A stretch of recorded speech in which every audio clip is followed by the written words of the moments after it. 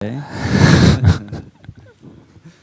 um, Welcome to Plattform, Bergen Kunsthall's lecture series. We're joined today by Luca Cerizza. We'll have a talk on the work of Gianfranco Baruchello in connection with the exhibition that we are showing downstairs in gallery number 5 here at the Kunsthall, with recent works by Baruchello. Now this exhibition is part of our current program strand in number 5, where we represent and revisit exhibitions that has been shown elsewhere. It can be exhibitions that have been shown very recently or a long time ago, and it can be a detailed recreation of an exhibition or a small fragment of an exhibition. And for our presentation of Gianfranco Baruchello, we chose not to do an historic representation, but part of a very recent exhibition shown in London last year at the gallery Massimo De Carlo. So what you see downstairs is a quite accurate recreation of one particular room from that show. Now, this idea behind this series of representations has been to provide an opportunity to slow down and focus on and look again at particular works or exhibitions. And with the work of Gianfranco Baruchello, this perhaps seems particularly appropriate, actually. His work really needs close attention, and it demands a lot of time from the visitor. So to get this opportunity to look again at these works has been very nice. And also his work kind of notoriously translates difficult in photographic reproduction, such as on the internet and in magazines. So very nice opportunities for us to be able to present this work in Bergen. And it's a very great pleasure for us to welcome back, I have to say, Luca Cerizza, who was here about a year ago or so, to also have a talk on another Italian artist, Giorgio Griffa. And we wanted to invite him back for this occasion, given his long interest and work on Gianfranco Baruchello's work. And we've also invited him to write a new essay for our publication in connection to this exhibition. So please welcome Luca. Thank you. Well, thank you to Martin Clark, to the director of Kunsthall, Steiner and Maria, for inviting me again. It's a great sign of appreciation for my work. Thank you. I cannot help but start with this image that I found some time ago in, I don't know if you know what it is, on the internet. Is our Prime Minister Renzi shaking hand or trying to shake hand to the King of Norway, but Renzi didn't know the etiquette. So the King didn't shake the hand back. I hope that our talk today, my talk today, and will be based on a better form of understanding between the two countries.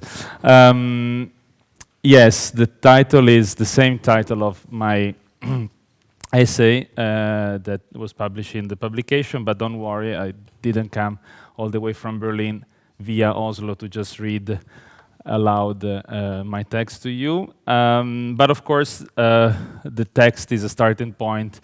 And in the text there are some points that I will discuss also with more depth in my talk.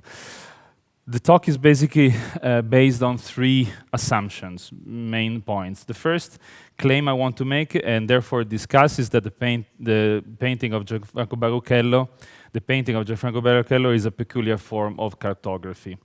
The second is that this cartography investigates the territory of our mind, of our imagination, the activity of our conscious and subconscious. And the third and final point I want to make is that Baruchello is a sort of postmodern cave painter. Well, in order to come to these points, I need to introduce very briefly his work and his career and his life, so that we are more equipped to probably dig and understand these assumptions, these claims that I want to make.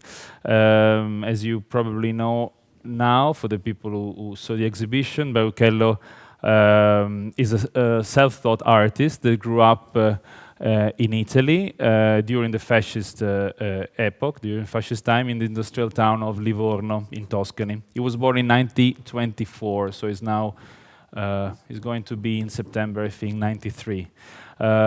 His father was an important lawyer, important local figure, and a war hero of World War II. This seems kind of biographical details, but are quite important to read, at least as what I understood, to read Baruchello's relation to authority and power and the politics, I would say. During the late 50s, following an increase in dissatisfaction with the bourgeois world he grew up, Baruchello abandoned his position as the owner of a successful chemical pharmaceutical firm to embrace a growing interest in artistic expression, which was especially literature and poetry, and soon after visual arts. Literature and writing have a crucial importance in Baruchello's art, and we will briefly discuss these aspects. And also Baruchello had, through his life and career, many important relationships, probably more with the world of literature and writing than with the world of art. He was very close to people like Umberto Eco, Italo Calvino, with François Lyotard, who dedicated a book to his work, and others, figures of relevance in that realm.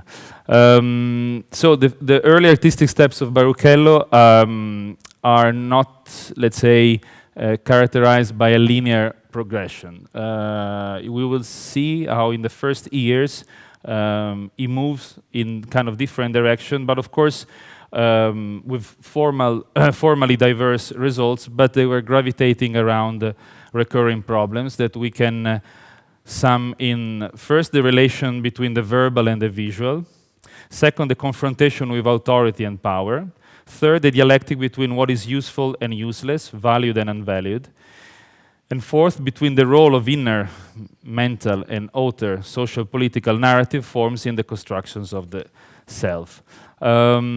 This is an example of one of the early works of Baruchello, which are these kind of totemic figures that have some kind of nouveau realiste aesthetic to them. They are spiced by a neo-Dadaist sarcasm, which was actually typical of those years. These are early 60s, as you can see.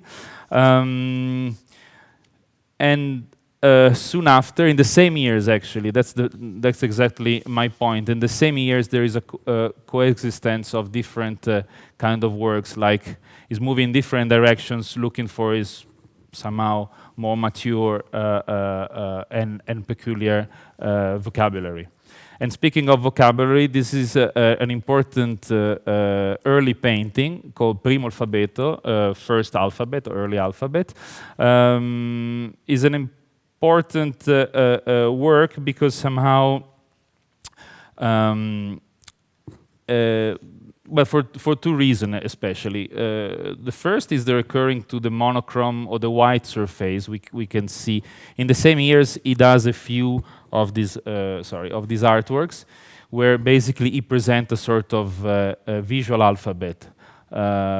You could see how this kind of totemic figures that we saw in three-dimensional are now on the page. So one reason is the use of the white or monochrome surface, which is typical, I would say, of the late 50s and early 60s. I will jump to it with examples of early example of Robert Raushenberg white painting, and a different declination of his white painting of Piero Manzoni, the acrom of Piero Manzoni, the schermo disegno, the screens of Fabio Mauri in the late 50s, and Giulio Paolini Disegno geometrico of 1960. This is just to say, to give a few examples of how the white canvas, the monochrome canvas, is for this generation of artists that kind of wanted to come out of an informal expressionist art, a crucial way to express this idea of a new start. But what Baruchello does is using that white surface, that white monochrome as a starting point, as a space of possibility for new narratives. We can see in this also early works of the same years how the relation between the visual and the text is still very strong. These are newspapers stacked, and they are covered by a white thick of paint, like somehow destroying any possibility of the language. So this relation between the verbal, the linguistic, and the visual is very strong, and it's very is a strong conflict in the early works of Baruchello. And in this work is also evident his relation with language. So we could say that this early primo alfabeto can be, and we will come to this point, are legends for maps to come, still to be drawn. Primo alfabeto is a pivotal work to further developments. As we said, the dialectic between the verbal and the visual is still not resolved, as we could see in this in these works, which is a series called Cimiteri di Opinioni, like graveyards of opinions. That they look like Baruchello wants to reduce words, informations, and opinions, or the authority of these opinions, to conditions of silence. But while the modernistic paradigm, and we saw some example before, might have suggested a persistence in this radical and rather nihilist approach, Baruchello was instead to develop, expand, and enrich that first alphabet. And this happened through a process of miniaturization. It was to be transformed in a more complex, dynamic vocabulary, constantly growing and evolving like an organism. This lexicon, partly visual and partly verbal, would populate different surfaces in a constant formal and conceptual evolution that has continued until today. So in the following years, in the early 60s, Baruchello will transfer these chippers, this symbol, these images, these fragments of images that we saw in Primo Alfabeto to paper, on wooden tables, on aluminium, starting from 1966. And aluminium, of course, will allow the artist to give an incredible degree of details. From 64, he applied this character, and we will see later some images, on sheets of transparent perpex, which are stacked one on top of the other to suggest an impression of physical depth, creating the premise for his subsequent boxes. And the latest example we see here in the exhibition in Bergen. This is, to me, an interesting little sketch that is dated 1951. So it's very early in the life and in career of Baruchello. Actually, was no career at that point. Baruchello was working, as I said, he was directing this pharmaceutical company very successfully. But it's very interesting. I actually noticed this work because the artist himself pointed out to me a few weeks ago, before writing the text in Rome. And this is, the translation goes, occhiali per chi vede fin troppo chiaro, meaning glasses, spectacles for people who can look too clearly. And as far as I understood, basically there's a little machine on these glasses that pour water on the lenses on the glasses, and avoiding too clear vision on reality. And I found this very interesting and fascinating because what I will discuss here is also the analytical view, descriptive view that Baruchello use in his own works, especially in the paintings and in the boxes downstairs. And so we come to my first point. The point that exactly the majority of Baruchello paintings, especially, can be read as maps. I in fact wrote a text a few years ago in 2013 for his magazine called Thought Maps, where I discussed his work. So of maps, Baruchello's painting have many characters, I believe. One of those is a crucial character, the character of the survey, the view from the top, the Überblick, as German would say. The majority of Baruchello's painting and drawings are based on this point of view from above, from high. This is a kind of early painting, I would say not totally mature but very interesting. Its title is Grande Palomar, and it's quite a revealing title because Palomar is actually the astronomical observatory in California, which of course looks from below, not from up, but nevertheless has the capacity of mapping, of scanning, of analytical gaze on reality, of an accurate gaze on reality. And it's quite interesting to notice that that Palomar is also the title of, I don't know if it's the last one, but one of the latest book by Italo Calvino from 1982. It's called Palomar, in fact. Baruchello and Calvino had quite close relationship. I think Calvino introduced the first solo show in New York by Baruchello in mid-60s. And they appreciate each other. So it's quite an interesting coincidence. This is another grand effect, big effect, huge effect Palomar.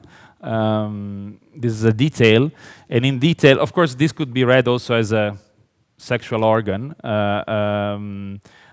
open up and seen from above, and you see clearly the figure of a castle, probably seen from above. And this we cannot go in details through this because it would be impossible. I think nobody did try. I mean, Henry Martin tried some years ago to start a sort of reading of some of recurring figures in Baruchello's painting, but it's probably an incredibly incredible task. But you see this castle, and the castle is a recurring figure in other paintings of Baruchello. Just to give you an idea that these figures, these images, these fragments of images that you see in some paintings, they are recurring in others. So the survey is one character of Baruchello's paintings sharing with cartography, with maps. This point of view from distant, from far, that allows a myriad of details and stories to coexist, and also where different focal points share the same space. And this is an example, of course, quite an extreme example, and I chose for it because you hardly see, even if it's a good reproduction, what it is. It's a large canvas where a multitude of little signs are coexisting. Here is a detail. You see again this kind of totemic figures that we saw in the early sculptures. Someone read this work, Altopiano dell'incerto, Plateau of the T could be translated as a sort of geological section of a plateau, and you can see it better. But you see also the traces, no? There are probably directions or associations. I mean, directions that allowed association to happen. So this way of looking at reality adopted by Baruchello, this survey way, this way from above, has been amply addressed in a study by Dutch author Svetlana Alpers called The Art of Describing. It's a book from 1983. In this book, Alpers discussed the strong relation between painting and map making. Alpers speaks of a time in which the distinctions between artworks and maps was not perfectly defined. And maps, I'm quoting, were considered to be a kind of pictures, and pictures challenged the text as a central way of understanding the world. The author is referring to Holland in the 17th century, when cartographers and landscape painters swapped roles and influenced each other. When artists engaged in direct dialogue with the discoveries and achievement of science, producing works that were autonomous artistic creations, but also educational tools acquired by the society in which the artist was inserted and with which he came to terms. These are the plexiglass I was mentioning before, that starts in '64. They're slightly different, of course, but probably the same criteria can be applied to plexiglass. But here, of course, there is a sense of depth that is not in paintings. This is another painting from '67. And talking about cartography or maps, this is here the connection is of course clear. This is there are very few works of Baruchello. I think the only two or very few that we are showing here that make this relation so obvious in using material of this sort.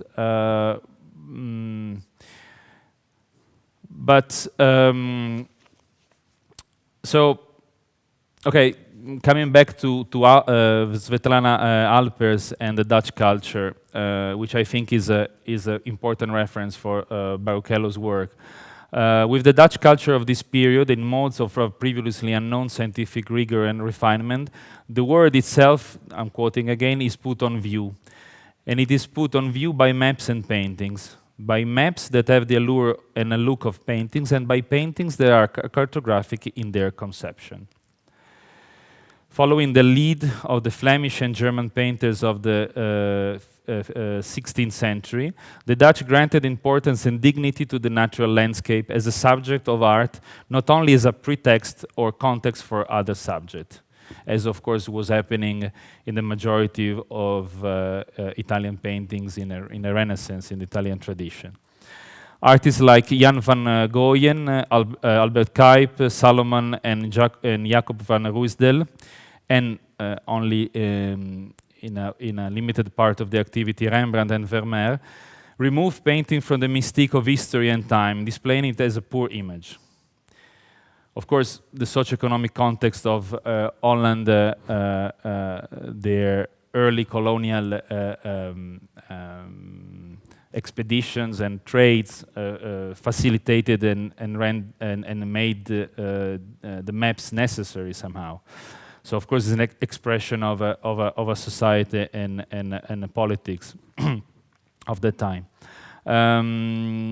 Cartographer like Abraham Ortelius, Gerardus Mercator, the author of the famous Mercator projection, and Johan Bleu exemplify the character of this era. The word was there to be represented, or more precisely, the word was known only through the representation given it by man.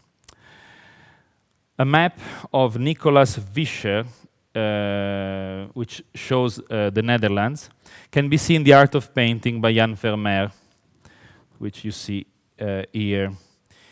The map is hanging on the wall in the artist studio. It occupies a central position in the pictorial space. In front of it, to the left, a female body is illuminated by the light from a window. The window can only be sensed because it is covered by a heavy drape in the foreground. The landscape, meaning the nature, is only visible through these two mediations. The female body, actually this character represents Clio, the history, and the map, which we assume can represent science. We see the painter from behind as he looks and prepares to paint these two subjects, the natural world and the represented world, or the history and the represented world. The history and the present, we could say. Image and word, but also cartography and painting merge here in the practice of description. Is exactly what Svetlana Alpers discussed, this art of description. The title of the book refers to the describing way of working of Dutch artists at this time. The more general, profound sense of his interest, of Vermeer interest, is what was Albers calls the Dutch visual culture, as opposed to Italian textual culture. In Dutch landscape painting, the gaze moves, and this is an important point for our discourse on Baruchello, the gaze moves freely in the space determined by the work.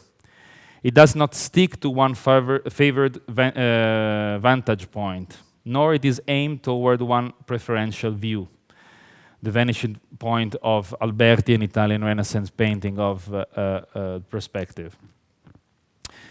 As Svetlana Alpers put it, the beholder eye does not measure, but it is measured, absorbed by the plane of forms and colors, as if by a screen.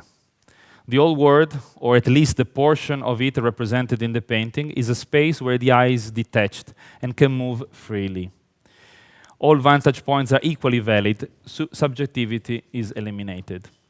And you see in another work, early work of Baruchello, this view from above and this kind of cartography, which is actually produced also by chance, because this is a wood table, I guess, and it got cracked soon. So there are a few paintings actually beautiful of these years where the cracks of the paintings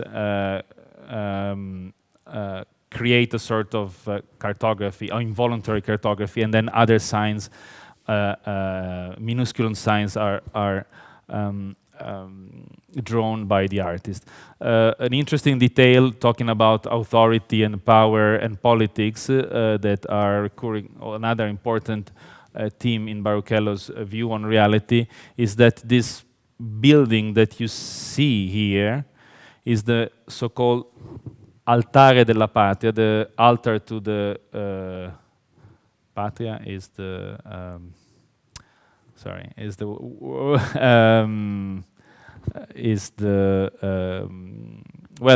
to the country, but in a patriotical fashion.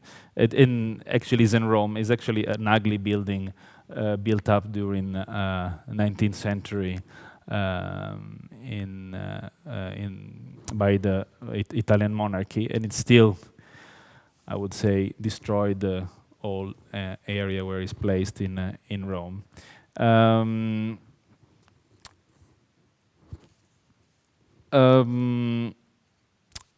Mercator projection of the world, which is from 1569, like other research and creations by cartographer in those years, was clearly a source of inspiration and comparison for the Dutch landscape painters.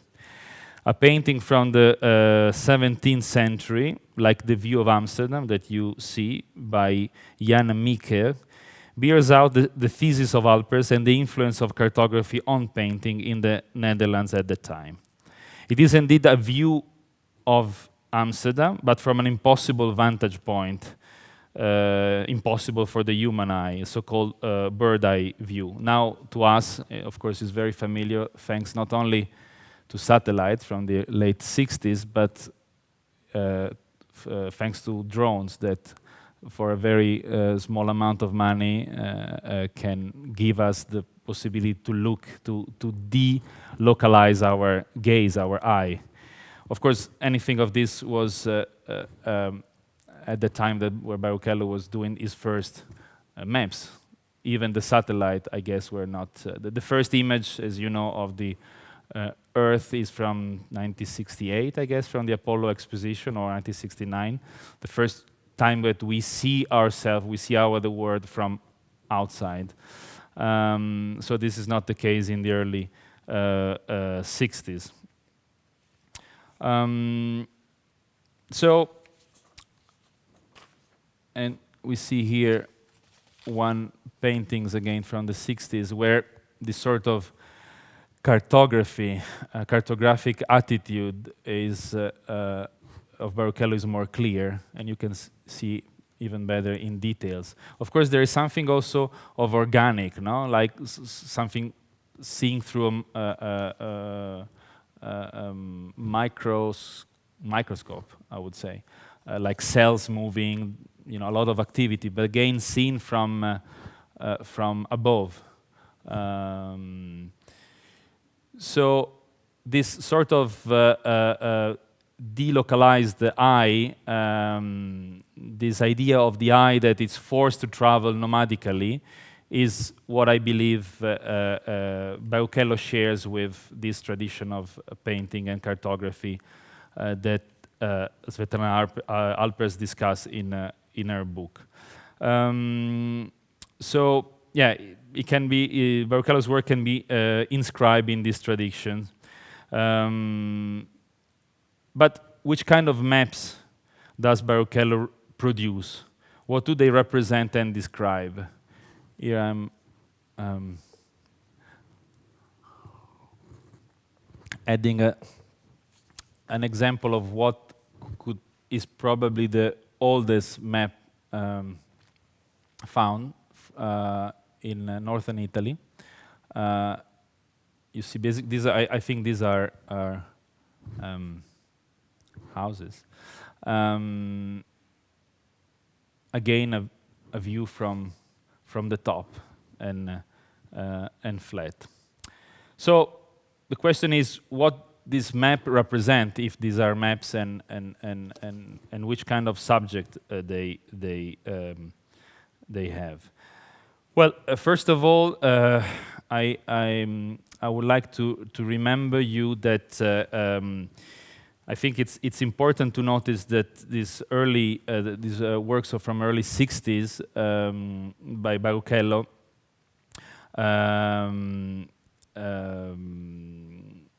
These are the years of a massive process of modernization and acceleration of electronic media in the Western world, the late 50s and the early 60s. I believe that Baruchello's mature paintings are answers to a series of questions that have informed his intellectual drive since the very early 60s. And they are typical of an typical answer to this informed age he was dealing with. Everybody were dealing with in at least the Western world. How was one to deal with the increasing amount of data produced and transmitted in the information age that was emerging between the end of 50s and the early 60s in capitalist societies? How was one to encourage a dialogue between an internal fantastic universe, a product of dream activity, and we will discuss this point in a while, and the external world of history and politics? How was one to create new possible forms of narratives, radically alternative to the grand narratives of history and thought typical of modernity? These are very old atlas. These are newer atlas, is Baruchello's work. But of course, Baruchello does not simply illustrate the modernity of electronic media.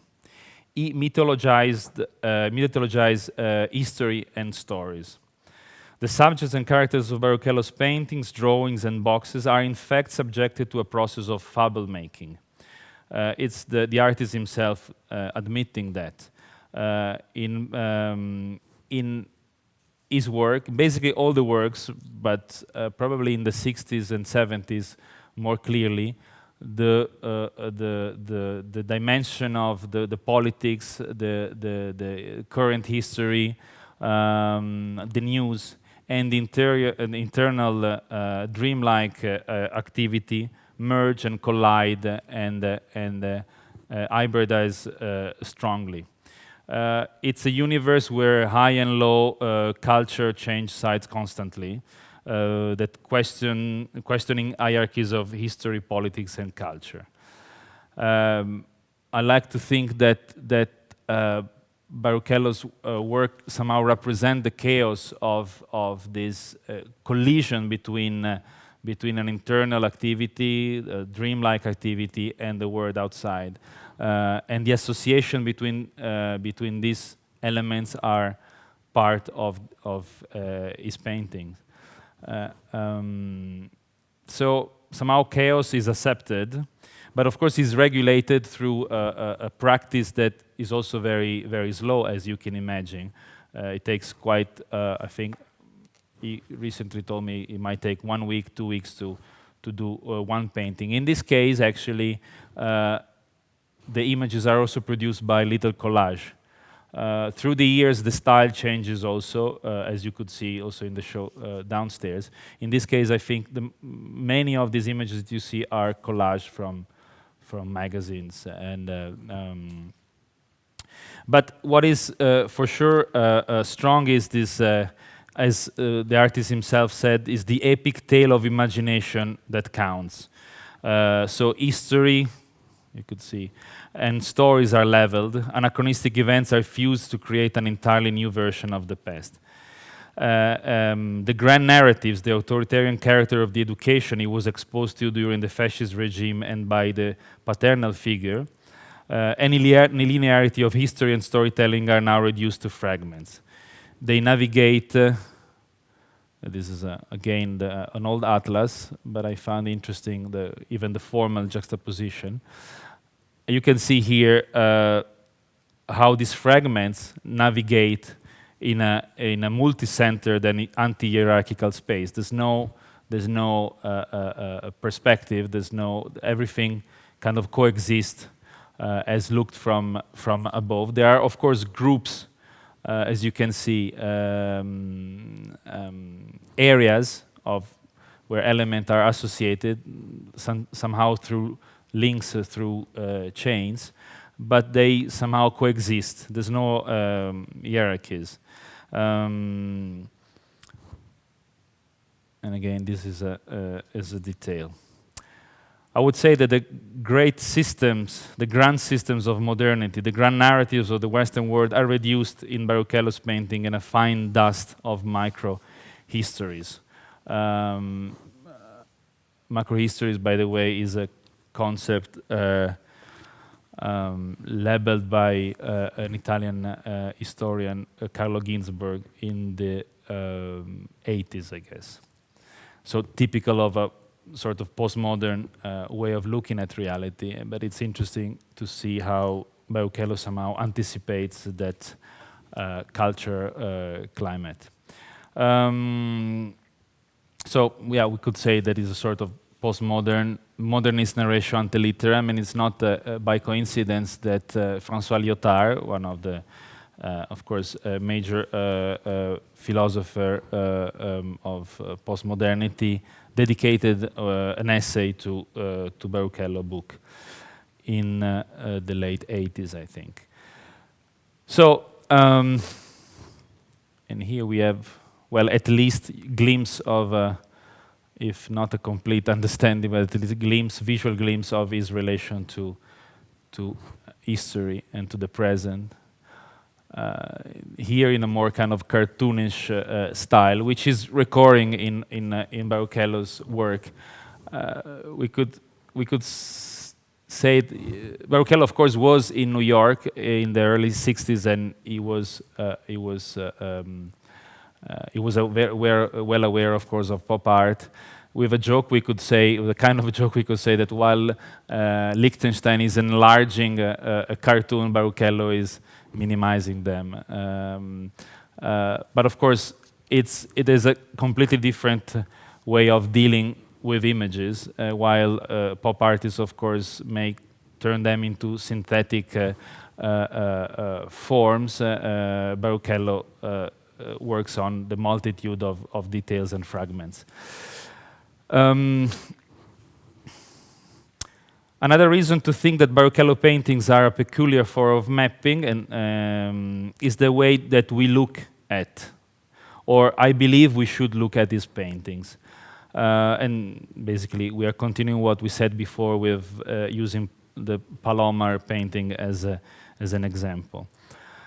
I believe, in fact, that viewers should not so much look at a Baruchello painting as travel through it, armed with, well, I believe, a very strong patience. I don't know if you had in looking at the show, and ideally a large magnifying glass that you need to look at his work. It's a funny anecdote to tell you, but I knew that Baruchello has 11 on 10.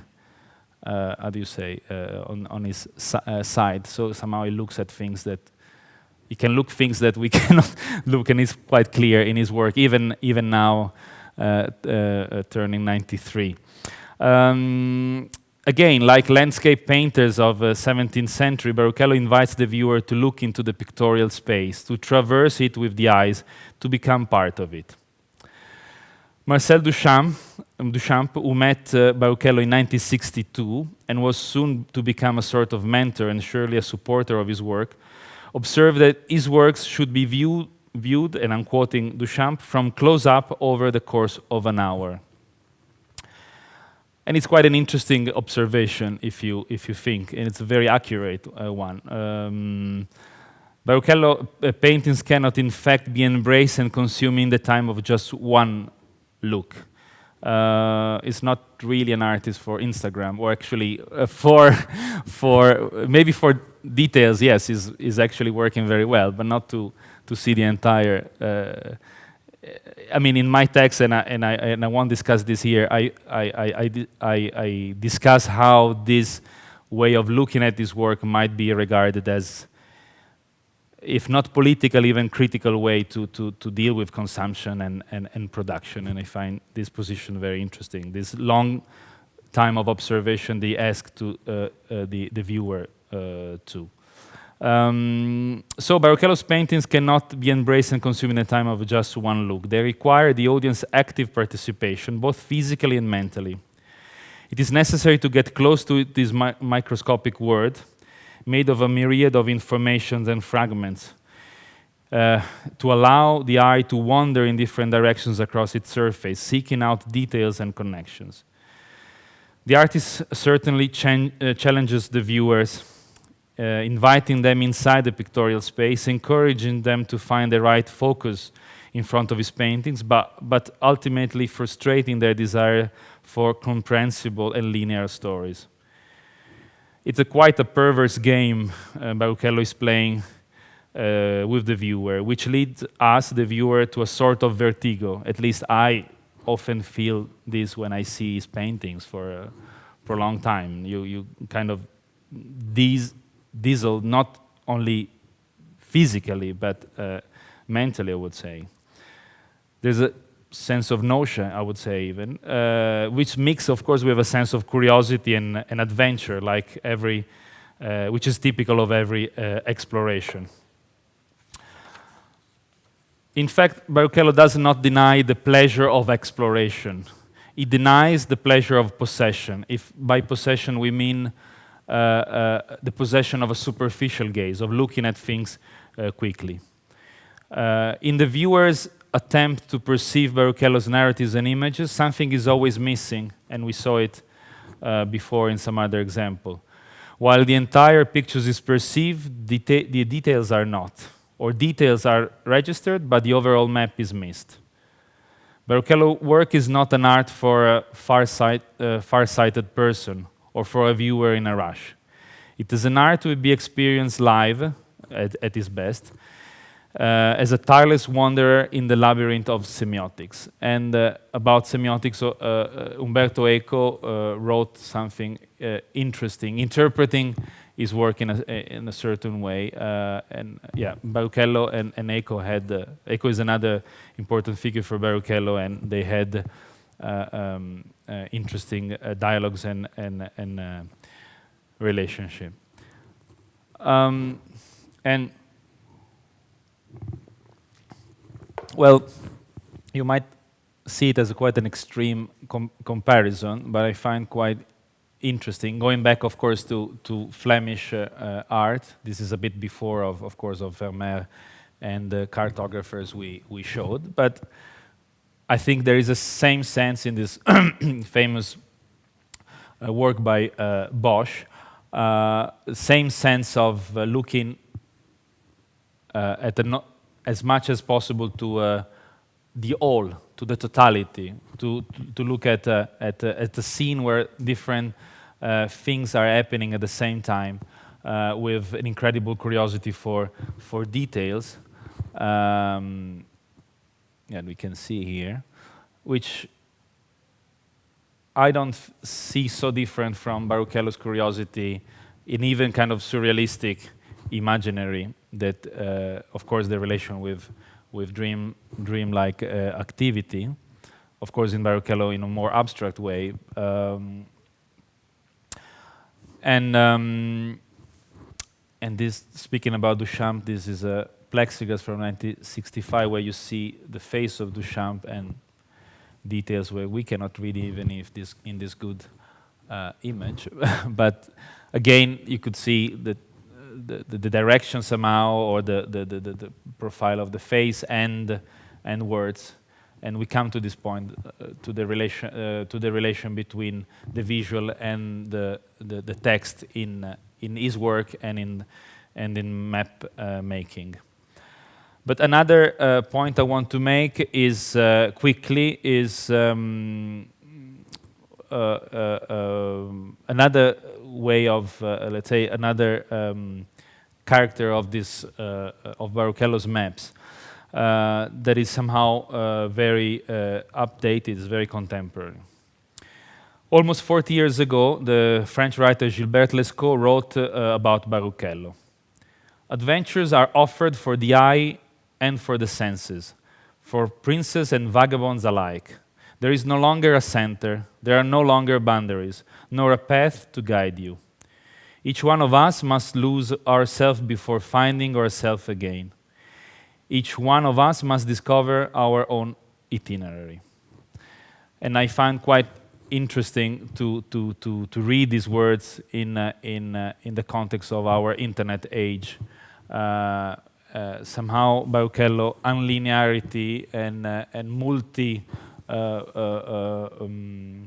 multi-narratives are similar to me to the way we travel through internet. The way we link different signs and different informations in a combination that sometimes can be quite odd or unexpected. Now, so if Baruchello's maps have a narrative character, if they have multicentric, non-linear structures which resemble our traveling in the net, well, this is my claim.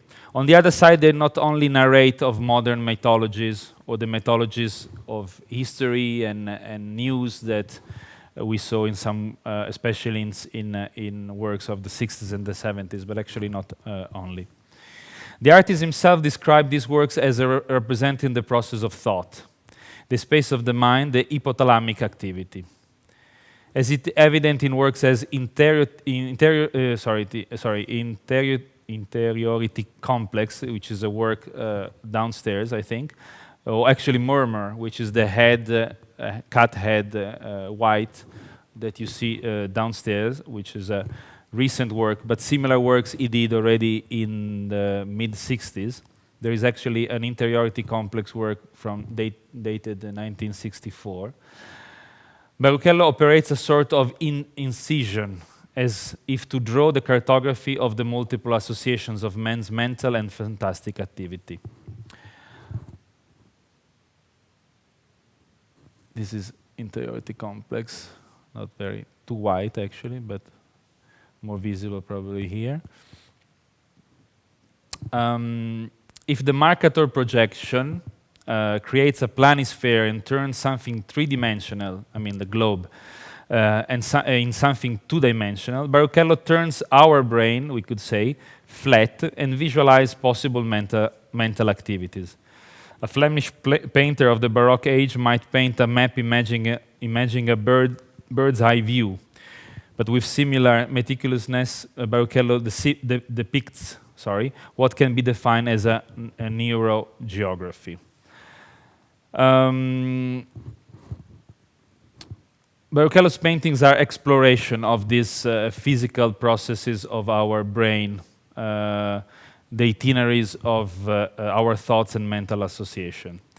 The French writer Alain Jouffroy, who dedicated an interesting book called Per Baruchello, for Baruchello in 1992, said that, according to him, Baruchello would like to, with his paintings, prolong during the day his night trips.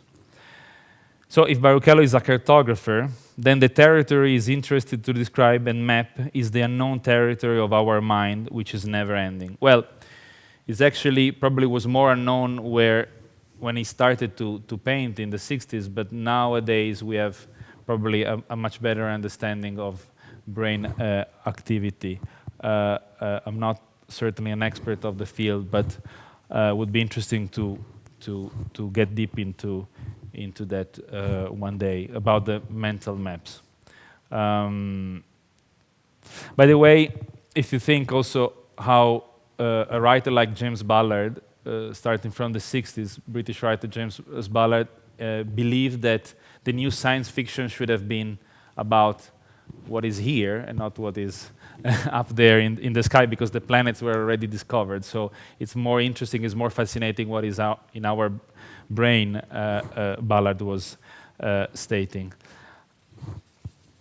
I cannot really explain much of this image that I found on the internet, but I found fascinating because you see the language and you see the brain and you see the mapping in the same space. So I would need further investigation for that, but I found quite amazing synthesizing some of our topics today in just 3 images. According to another scholar of cartography, G.B. Harvey, in his book The New Nature of the Maps, history of maps has very few alternative or subversive modes of expression. We know that maps are prominently or traditionally a language of power, not of protest. But it's interesting to read Baruchello's maps in this way, because they differ from, of course, from this model. In fact, if maps are very neutral, are never neutral, are never objective. This is something that all the scholars about maps would tell you and they discuss. So if maps are not objective, are not neutral, we could say that Baruchello increased the relative human, arbitrary, and subjective character of the maps to an extreme degree of subjectivity. Mixing, of course, the informative character and the visual in his own cartographic exercise, mixing the world outside, the politics, for example, and his own dream activity. If maps have traditionally a patron behind, of course, a monarch, a prince, a minister, the state, who traditionally would pay to cartographers to draw them, Baruchello's is the patron of his own peculiar representation that mixes, again, outside reality and inside world. This is an old painting, which actually I saw this painting at his own apartment in Rome. Is a small painting that it's actually quite peculiar compared to other. It's more figurative and more to many others. But I don't know. We can imagine that down here is the legend for it. By the way, you say legend. We will talk about this. You say legend, right, in English for the instruments to understand the map, because that's quite an interesting point. So if each painting can be read as a potential map of a brain activity, we might say that Baruchello's entire production is just one enormous map still in progress, representing the imaginative activity of the artist, where inner and outer worlds collide and converge in new hybrids. Again, Alain Jouffroy remembers in his book that the artist defined himself as a painter of battles. Baruchello, of course, does not literally paint battles, not that I know. But he has, of course, the same attraction for totality, for a survey view, for the observation of a multitude of focal points and different actions happening in the same visual space. Through his gaze from above that minimizes reality, Baruchello aims to see all, to represent chaos, the complexity which is produced by the clash between the interiors and the exteriors life, as we had said. We could say with a kind of joke that Baruchello's painting portrayed the garden of delights which is in our mind, as we saw the garden of delights of Hieronymus Bosch. To come almost to a conclusion, I'd like to discuss the relation, another aspect of these cartographic exercises of Baruchello, which is the relation between the visual and the linguistic realm, which is, as we said, as we saw from the very beginning, one important knot and problem in Baruchello's work, the relation between the language, the words, and the images. And this is also crucial, of course, in maps in general, in maps making in general. As it is well known, maps are presentational symbols. Sorry. As Edward Casey, another scholar on maps, claims, I'm quoting, maps are at once discursive and presentational symbols, where language and maps are compatible, according to him. The reason for maps to be so effective in representing landscape is, in fact, I'm quoting again, their capacity to employ images and words, pictographs and logographs, in their own special blend of semiosis. Again, for Casey, in maps, what matters most is the very conjunctions of images and words, their coordination and mutual validation. On the other side, a pure verbal map is an oxymoron, since some factor of spatial representations is indispensable to all map. And here I found funny, I wrote actually, in a book I wrote about Alighiero Boetti's maps actually, how if in Italian we have different words for leggenda, for a legend and a leggenda, meaning while in English and I think in French and in German is the same word, which of course is interesting because Baruchello somehow makes legend and legge at the same time, while in Italian, for once, Italian is more accurate in this, separates the two meanings. But I would say that yes, in Baruchello, maps and legends share the same space. And yes, this is the very nature of Baruchello's maps. The fact that linguistic paradigma and visual paradigma merge and share the same space. Let's not forget that according to Sigmund Freud, the dreams can be considered form of picture writing. Similarly, maps are modes of pictorial discourse. They are pictoideograms, according to Conley. And this is especially valid for Baruchello's paintings, where dreamlike activity of his author, his own dreamlike activity, is a major subject of his art. And coming to close to the show downstairs, this is actually our images from the London show, but of course some shows are here as well, I think 2 of these paintings. The works here in Bergen, this is actually the ones in color that are in London, that were in London. The paintings on aluminium and boxes displayed in the exhibition at Bergen Kunsthall are very recent, but not the least, because the artist is still producing. are the very recent fragments of this map without borders, so we could claim the artist is drawing. Drawing since more than half a century now. If Baruchello's visual universe has formerly been a succession of different stylistic phases, of which we gave just a very, very partial account, the production and the work of Baruchello is much more diverse and rich than this, and includes videos, performances, objects, relational, I would say, project, and so on and so forth. Here, black signs and symbol, absolute colorless, float on immaculate white surface, representing universes of a new organic characters. It seems that Baruchello is now somehow more interested to a sort of representing elaborate forms of intestines and entrails generated by his own fantasy. Strange forms of organic connectors fragmented and scattered in the clinical white body of the artwork. The outside world is kept at a distance, not completely, but somehow it seems in these works more interesting in the inside inside of our own body, or a fantastic declination of it.